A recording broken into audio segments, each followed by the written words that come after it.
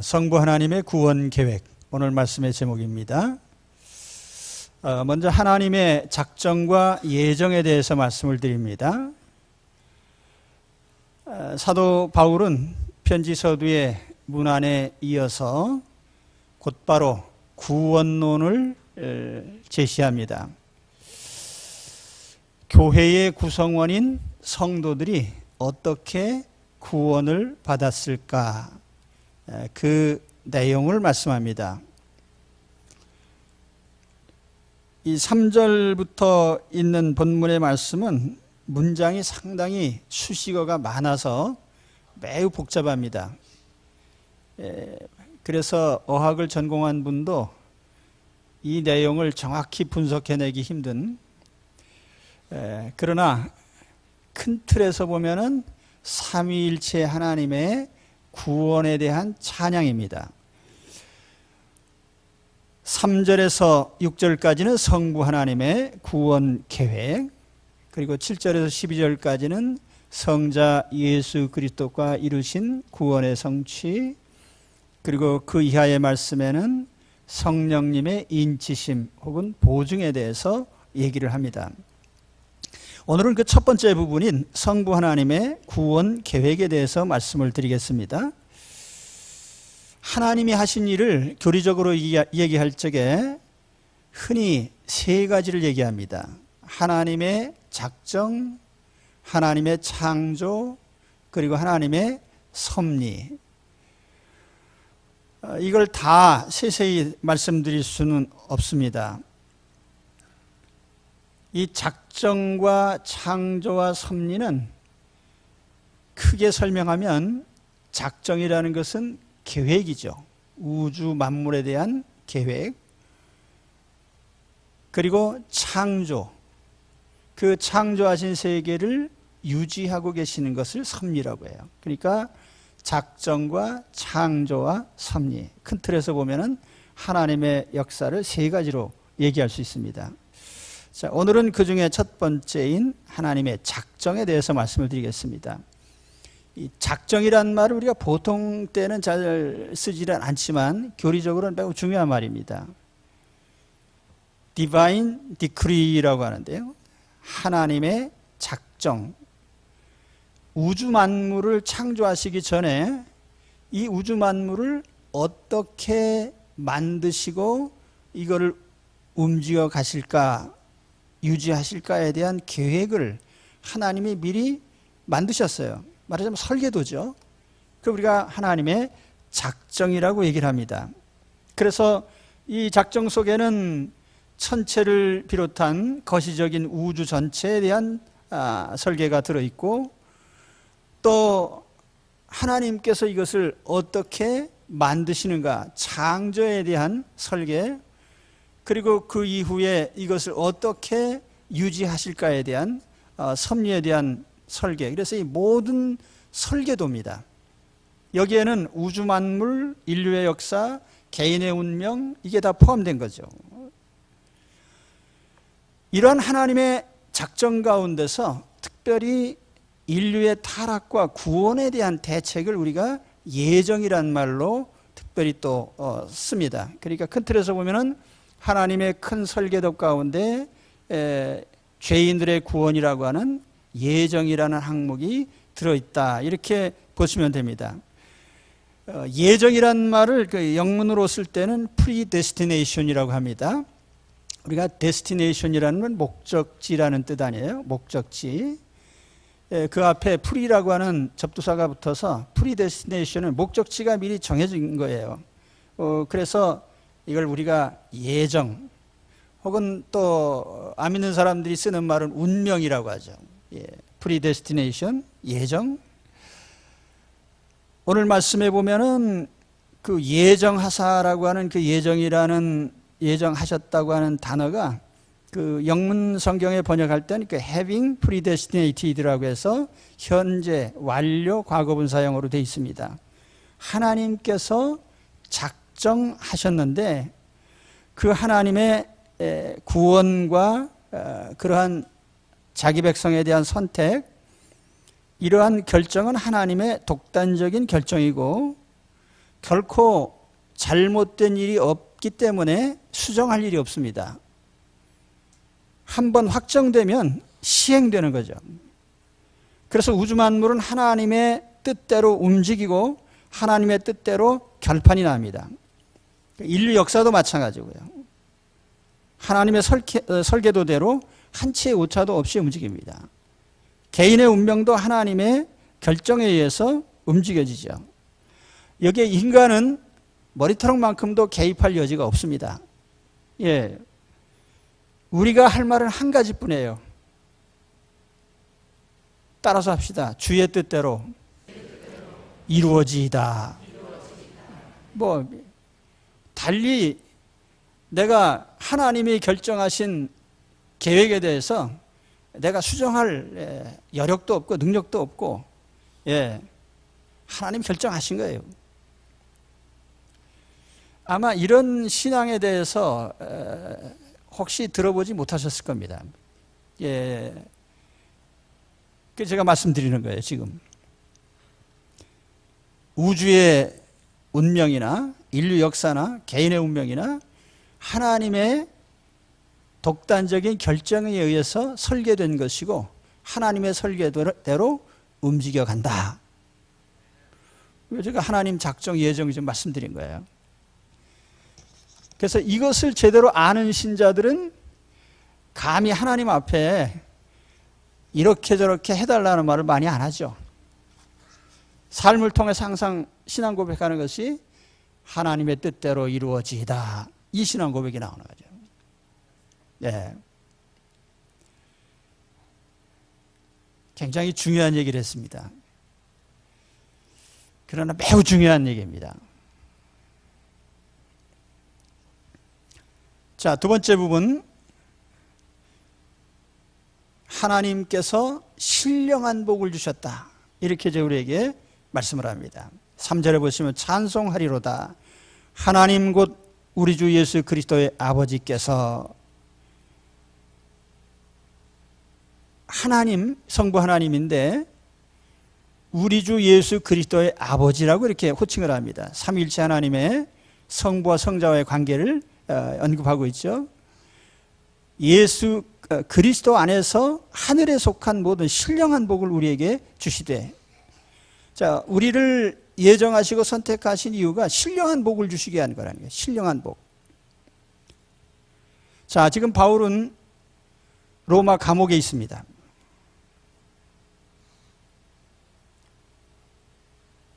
세상적으로 보면은 찬송 부를 형편이 아니에요. 바로 내일이라도 사형당할 수 있어요. 육체적으로는 고달파요. 자기 소유라고 아무것도 없어요. 이런 죄수로서 사형을 기다리고 있는 이런 형편에 있는 바울이 우리는 하나님께 신령한 복을 받은 사람이다. 여기 우리라는 말을 쓴 것을 보면은 감옥 속에 있는 바울뿐 아니라 이 편지를 받는 에베소 교인들도 우리는 다 함께 신령한 복을 받은 사람이야 라고 고백하는 겁니다. 이 자리에 앉으신 여러분, 우리는 하나님께 신령한 복을 받은 사람들입니다. 그렇기 때문에 오늘 내 형편이 어떠하든지 우리는 찬송을 해야 돼요. 병들었든지 건강하든지 부하든지 가난하든지 성공했든지 실패했든지 그리스도인이라면 당연히 찬송해야 됩니다. 왜냐하면 우리는 신령한 복을 받았기 때문에요.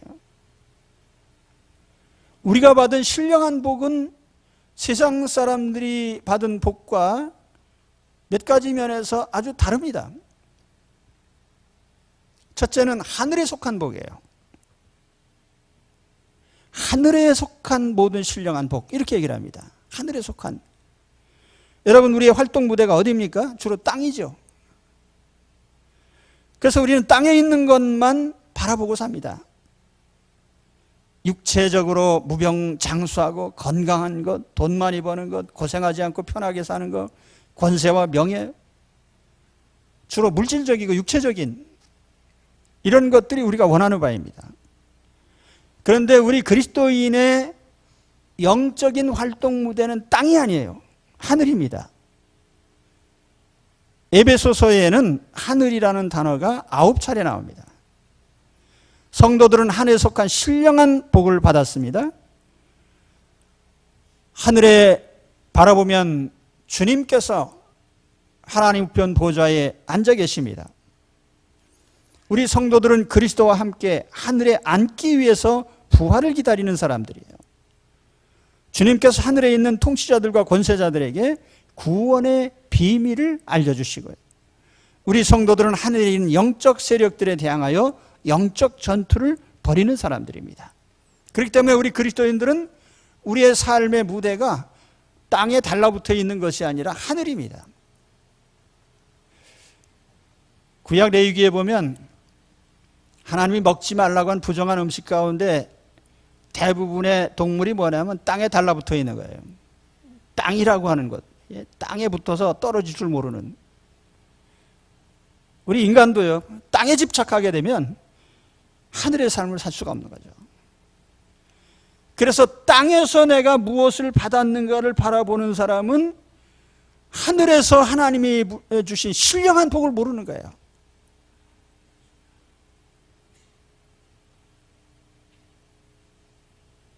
우리가 받은 복은 하늘의 복입니다. 육체의 복이 아니라 영혼의 복이죠. 땅에서 잠깐 누리는 복이 아니라 천국에서 영원히 누리는 것이고, 우리가 가진 영생은 하늘의 복입니다.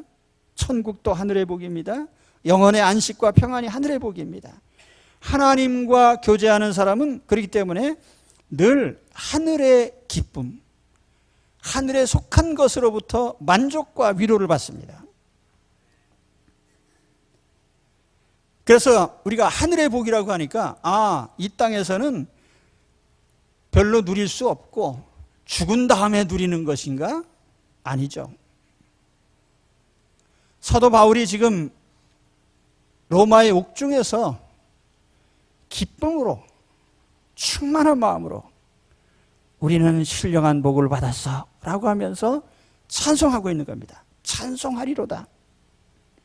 할렐루야. 나 어느 곳에 있든지 늘 마음이 편하다. 주 예수 주신 평안함 늘 충만하도다. 나의 마음속이 늘 평안해. 나의 마음속이 늘 평안해. 악한 죄 파도가 많으나 마음이 늘 평안해. 아멘. 4절까지 다 부를까요? 예. 제가 노래를 좀 잘하면 다 불렀을 텐데. 우리는 어느 곳에 있든지 신령한 복을 받았기 때문에, 하늘의 복을 받았기 때문에 항상 찬송할 수 있습니다. 두 번째로는 우리가 받은 복은 그리스도 안에서 주신 복이에요. 우리가 누리는 모든 복은 다 예수 그리스도 안에 있습니다. 사도 바울은 유독 그리스도 안에, 예수 안에라는 말을 누누이 반복을 합니다. 바울 서신에 예수 안에라는 표현이 52회, 그리스도 안에라는 표현이 40회 나옵니다. 그러니까 바울은 항상 자기가 누리는 모든 이 신령한 축복이 예수님 안에 있다 이거예요.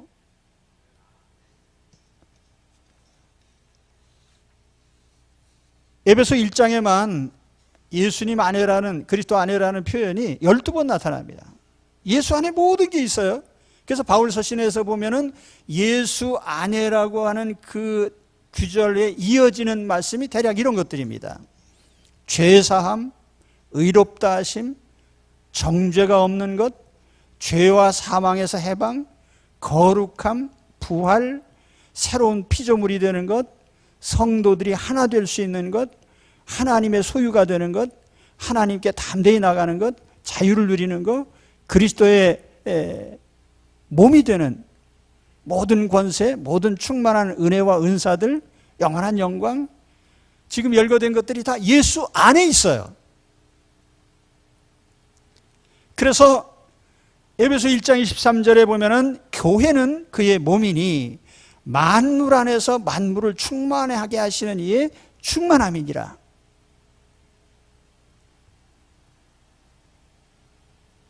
교회, 예수, 충만, 이게 에베소서를 규정하는 말씀이에요. 내년도 저희 교회 표어가 교회를 통한 예수님의 충만한 삶에 이르는 겁니다. 문장을 내가 만들었어도 뭐라고 했네요. 그리스도의 충만함이 있는 교회, 그리스도 충만 교회, 세 가지를 이어서 생각하면 돼요.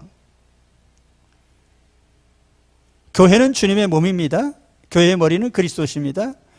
교회는 만물을 충만하게 하시는 주님의 충만함이 있습니다. 다시 말하면 만물을 충만하게 하시는 축복이 예수 그리스도 안에 있고 그 그리스도께서 교회 안에 계시다는 얘기예요. 그러니까 우리가 어떻게 하면 되겠습니까? 교회를 통하여 예수 그리스도의 충만함을 체험하면서 살면 되겠죠. 예, 여기에 교회라고 하는 하나님 백성 공동체, 그리고 그 안에 머리가 되신 예수님, 그 예수님을 통해서 주시는 충만한 삶, 이것이 이제 하나님이 이루시고자 하는 하나님 나라 축복의 원리예요. 그러니까 이걸 띄어서 생각할 수 없어요. 예수님, 교회, 충만함. 이 생활을 잘 하시면 돼요. 예. 이제 내가 받은 신령한 복이 뭔지 감이 좀 잡히십니까? 우리의 활동 무대가 땅이 아니고 하늘이다. 그리고 이 모든 충만한 축복은 예수님 안에 다 있다.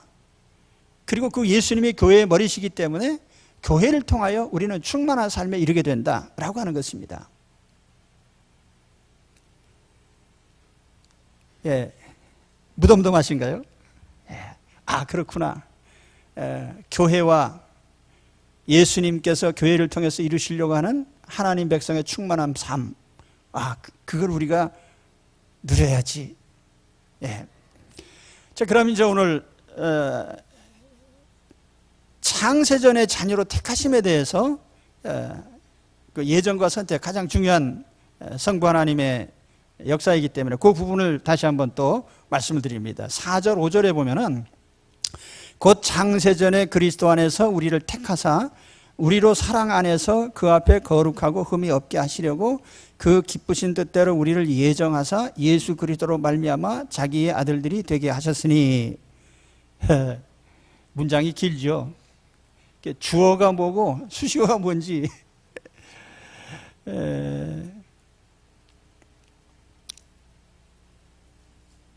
핵심은 하나님이 우리를 창세전에 택하셨다.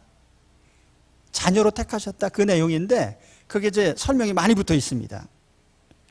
자, 하나님이 우리를 예정, 이 예정이란 말과 선택이라는 말은 항상 같이 씁니다. 그러니까 프리데스티네이션이란 말이 예정이라는 의미도 있고 선택이라는 의미도 있어요. 하나님 자녀로서 하나님께서 미리 정하시는 겁니다. 근데 거기에 그 하나님의 예정과 선택에 몇 가지 특징이 있어요. 본문에 있는 대로 하면 5가지가 나오는데, 첫째는 창세전에 선택하셨다. 그럼 우리가 예수 믿게 된 거, 하나님 자녀가 된 것이 우연한 일이 아니라는 거죠. 창세전에 결정된 일이에요. 그건 내가 결정한 것이 아니라 하나님이 결정한 거예요. 그죠? 내 아내가 끈질기게 교회 가자고 그래서 내가 예수 믿게 됐다. 아닙니다. 하나님이 창세전에 결정하신 결과예요. 저도 이웃집 집사님께서 껌처럼 달라붙어가지고 계속 교회 가자고 하는 바람에 저도 교회 가게 되는데, 그렇다고 그분의 집착 때문에 내가 예수 믿은 게 아니에요. 창세전에 나를 택하신 결과입니다.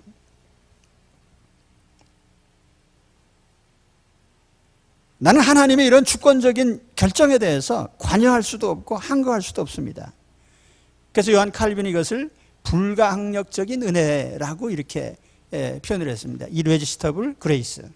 레지스트 할 수 없는, 대항할 수 없는, 거역할 수 없는 은혜다.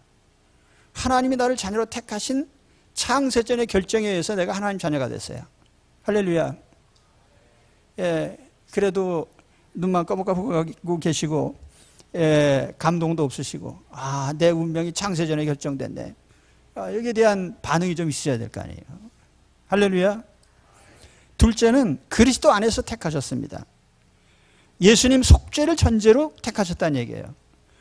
여기엔 뭐가 포함되냐면은 내가 얼마나 많은 죄를 지었는지, 불량한 사람인지 이런 조건이 하등 영향을 주지 않는다는 거예요. 강도나 도둑놈이나 뭐 큰 죄인, 작은 죄인, 모든 죄인이 다 포함돼요. 왜냐하면 속죄를 전제로 했기 때문에. 예수님을 통한 속죄에 의해서 우리가 하나님의 자녀가 된 거예요. 내가 잘나서 하나님 자녀 된 게 아니에요. 신명기 7장 7절에 보면 여호와께서 너희를 기뻐하시고 너희를 택하심은 너희가 다른 민족보다 수요가 많기 때문이 아니니라. 너희는 오히려 모든 민족 중에 가장 적으니라. 여호와께서 다만 너희를 사랑하시로 말미암아 또는 너희의 조상들에게 하신 맹세를 지키려 하심으로 말미암아 자기의 권능의 손으로 너희를 인도하여 내시되 너희를 그 종되었던 집 애굽에서 바로의 손에서 속량하셨다. 자녀의 자격이 없는 사람을 예수님의 속죄를 전제로 해서 선택을 하셨습니다. 이게 선택의 두 번째 특징이고요. 세 번째로는 사랑 안에서 자녀로 택하셨어요. 우리의 신분은 노예가 아니고 부려먹는 종이 아니고 자녀인데 그렇게 택하신 동기는 하나님의 사랑이에요. 불쌍히 여기신 하나님의 긍휼과 자비, 하나님의 사랑. 여기 계신 분 중에 태어날 때부터 우주 만물은 하나님이 창조하셨구나. 나는 하나님의 자녀로 살아야지. 그렇게 결심하고 태어나신 분 계세요? 이 세상에 다 하나님의 존재를 부인해 무신론자, 우상숭배자 뭐 다 이런 사람들 아니에요. 그래도 하나님께서 미워하지 않으시고 사랑하셔서 자녀로 택하셨어요. 축복을 주시려고요. 복 주시려고요. 하나님이 선하신 의지로 사랑하시기 때문에 택하셨습니다. 그리고 네 번째는 기쁘신 뜻대로 택하셨다는 말이 또 여기 나옵니다. 기쁘신 뜻대로. 하나님께서 자녀 삼기 싫으신데 억지로 택하신 게 아니에요. 하나님이 아주 즐거워하시면서 택하셨어요. 잘못 보시고 택하신 것도 아니에요. 내가 결점이 얼마나 많은지 그걸 하나님께서 모르셔서 택하신 게 아니에요. 우리 부족함이나 결함을 다 아시면서 하나님이 택하셨어요. 기뻐하신 마음으로.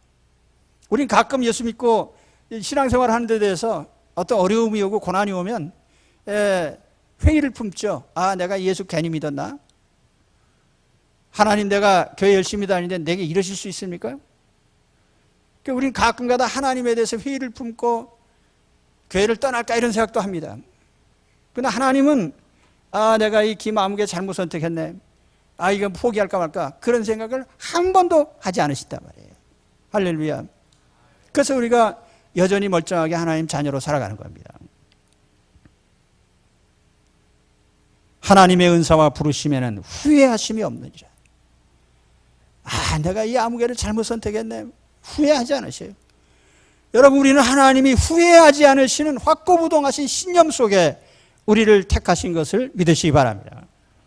그 다섯 번째는 거룩하고 흠이 없게 하시려고 선택하셨다고 합니다. 자녀 삼으신 목적이 그냥 아무렇게나 살아도 되는 게 아니라 하나님의 성품을 닮은 거룩한 인격체를 만든 게 하나님의 목적이에요. 개인적으로 보면. 그러니까 우리가 하나님의 부르심의 목적에 부합하게 살아야 되겠죠. 바울의 글에 보면 항상 그러기 때문에 구원론 다음에 하는 얘기는 항상 우리의 삶이 어떻게 하나님의 거룩을 본받아가느냐, 거룩을 닮아가느냐. 에베소서에도 예수 그리스도에게까지 자라라고 하는 말씀을 하고 있는 것입니다. 선택하신 목적,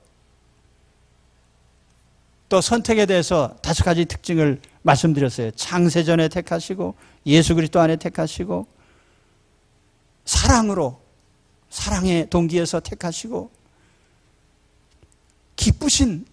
기뻐하시면서 택하시고, 거룩하고 흠이 없게 하시려고 택하셨다. 이 선택에 관한 내용들이에요. 예. 아마 하나하나는 우리가 시간이 있으면 더 자세히 설명을 드릴 겁니다. 그 다음에 마지막으로 우리는 이러한 하나님의 선택과 예정과 부르심에 대해서 우리가 할 수 있는 일은 찬송으로 응답하는 거예요. 찬송으로 응답해야 됩니다. 오늘 우리가 할 수 있는 응답이 바로 찬송입니다. 우리가 보답이라는 말을 가끔 쓰는데, 우리 하나님 은혜에 내가 무엇으로 보답할꼬? 여러분 보답할 수 있습니까? 영생을 돈으로 갚을 수 있어요? 노력으로 갚을 수 있어요? 봉사활동으로 갚을 수 있습니까? 천국 시민이 된 것, 하나님 자녀의 신분을 얻은 것, 이런 걸 우리가 무슨 인간적이고 세상적인 걸로 갚을 수 있어요? 갚을 것이 없어요. 왜냐하면 우리가 가지고 있다고 생각하는, 내 것이라고 생각하는 것 중에 내 것이 하나도 없어요. 내 몸도 영혼도 재능도 유형 무형의 모든 나의 소유가 다 내 것이 아니고 하나님의 선물이에요. 그러니 우리는 하나님께 내 것으로 뭘 갚을 길이 없는 거예요. 그래서 우리 하나님의 백성들이 할 수 있는 유일하고 가장 확실한 한 가지는 무엇입니까? 하나님을 찬송하는 거예요. 그리고 우리가 하나님께 대한 응답이 경배예요. 경배, 예배. 우리가 왜 하나님 앞에 나옵니까? 어떤 분들의 복 받으려고 나오네. 복 받으려고 나온 게 아니라 복 받았기 때문에 나온 거예요. 그리고 복을 주신 하나님께 대한 응답이 우리의 예배이고 우리의 찬송입니다.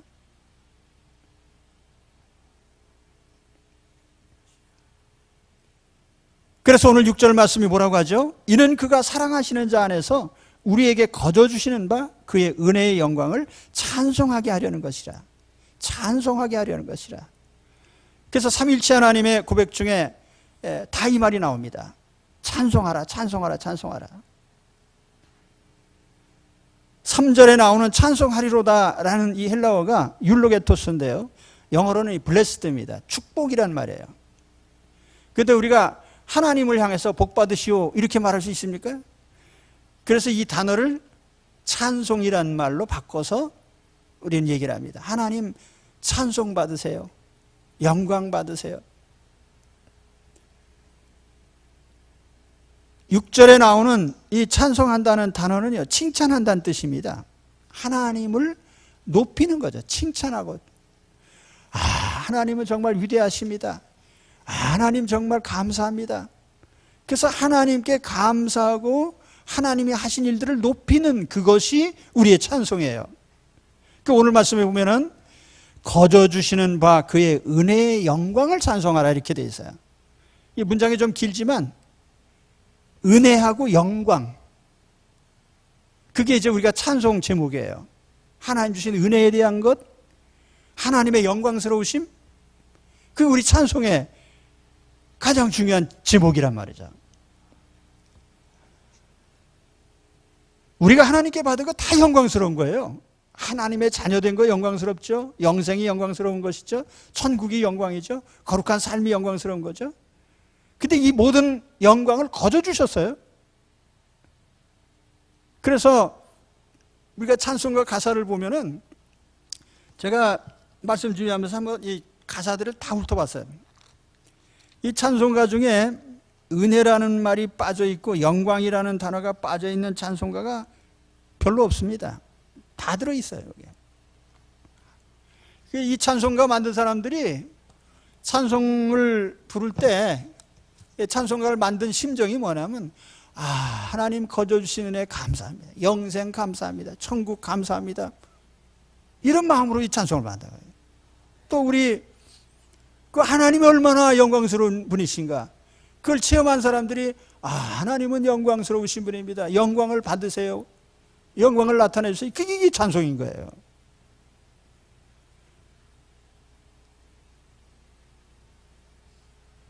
오늘 여러분 이 말씀을 이제 마감하겠습니다. 여러분 하나님께 축복 받으셨죠? 신령한 복을 받으셨죠? 우리는 하나님, 삼위일체 하나님, 특별히 오늘 성부 하나님의 구원 계획에 대해서 말씀드렸어요. 하나님이 절대적이고 완벽한 설계에 의해서 하나님이 우리를 택하시고 하나님 자녀 삼으셨어요. 사랑하셔서 후회 없으시고 기뻐하시면서 나를 하나님 자녀로 택하셨습니다. 그리고 하나님의 성품을 닮은 거룩한 인격체로 만들어 가시고 또 그렇게 하기를 원하십니다. 이게 다 하나님 은혜예요. 오늘 우리의 삶을 통해서 하나님을 향한 이러한 은혜와 영광의 찬미가 항상 이어지시기 바랍니다. 세상 노래 가사들을 보면요, 맨 인간적인 비애, 주로 이런데, 나는 너를 사랑해. 근데 너는 나를 왜 미워해?